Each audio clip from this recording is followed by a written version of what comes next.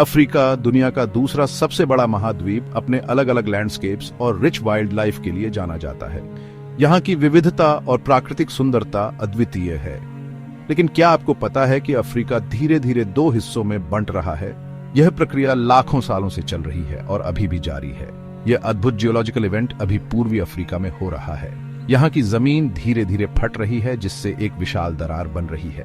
जमीन फट रही है, एक विशाल रिफ्ट बना रही है जो हजारों किलोमीटर तक फैली है।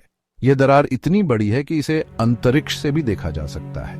इस फिनोमेनन को ईस्ट अफ्रीकन रिफ्ट सिस्टम कहते हैं। यह एक जटिल और विशाल प्रणाली है जो अफ्रीका के भूगोल को बदल रही है।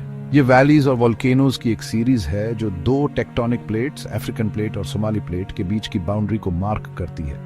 यहाँ की वोल्केनिक एक्टिविटी भी इस प्रक्रिया का हिस्सा है। ये प्लेट्स बहुत धीरे धीरे कुछ मिलीमीटर्स प्रतिवर्ष की दर से अलग हो रही हैं। ये मूवमेंट इतना धीमा है कि इसे महसूस करना मुश्किल है, लेकिन इसके प्रभाव बहुत गहरे हैं। पृथ्वी की आउटर लेयर, जिसे लिथोस्फीयर कहते हैं, कई बड़े टुकड़ों में टूटी हुई है, जिन्हें टेक्टोनिक प्लेट्स कहते हैं। ये प्लेट्स लगातार धीमी गति से हिलती रहती हैं और इनकी मूवमेंट से पृथ्वी की सतह पर कई महत्वपूर्ण घटनाएं होती हैं। ये प्लेट्स मोल्टन रॉक की एक लेयर पर तैरती हैं, जिसे एस्थेनोस्फीयर कहते हैं। एस्थेनोस्फीयर एक सेमी फ्लूइड लेयर है जो प्लेट्स को ऊपर की ओर धकेलती है और उनकी मूवमेंट को संभव बनाती है। इन प्लेट्स की मूवमेंट अर्थक्वेक्स, वोल्केनोज और पहाड़ों और ओशन बेसिन्स के निर्माण के लिए जिम्मेदार है।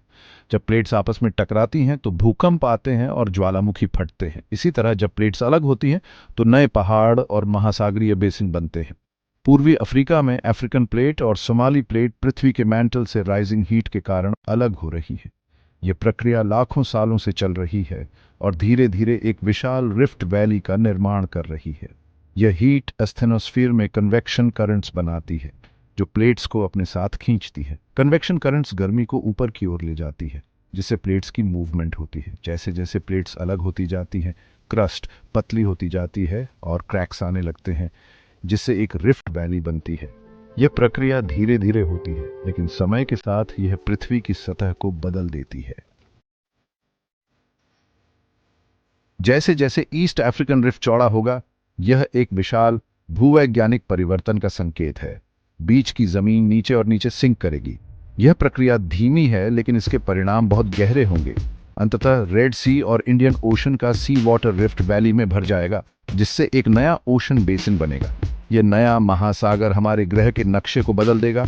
इस प्रोसेस में लाखों साल लगेंगे, लेकिन इसके संकेत आज ही दिखाई दे रहे हैं। हम इस परिवर्तन को अपनी आंखों के सामने होते देख सकते हैं। इथियोपिया में ओफार ट्रायंगल पृथ्वी पर सबसे निचले पॉइंट्स में से एक है और कुछ जगहों पर पहले से ही सी लेवल से नीचे है। यह क्षेत्र इस परिवर्तन का एक प्रमुख उदाहरण है। यह रीजन बहुत ज्यादा वोल्केनिकली एक्टिव है, जहां बार बार इरप्शंस और अर्थक्वेक्स होते रहते हैं। यह गतिविधि इस क्षेत्र की भूवैज्ञानिक अस्थिरता को दर्शाती है।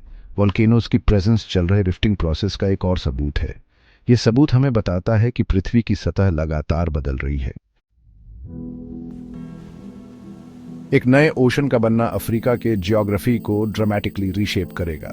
महाद्वीप का पूर्वी हिस्सा, जिसमें केन्या, इथियोपिया और सोमालिया जैसे देश शामिल हैं, अंततः मेनलैंड से अलग हो जाएगा और एक बड़ा आइलैंड बन जाएगा। यह नया आइलैंड एक विशाल ओशन द्वारा अफ्रीका से अलग हो जाएगा। पूर्वी अफ्रीका में हो रहे जियोलॉजिकल चेंजेस हमें उन पावरफुल फोर्सेस की एक झलक देते हैं जिन्होंने लाखों सालों में हमारे प्लेनेट को आकार दिया है। एक नए ओशन का बनना पृथ्वी के डायनामिक नेचर का प्रमाण है और एक रिमाइंडर है कि हमारा प्लेनेट लगातार इवॉल्व हो रहा है।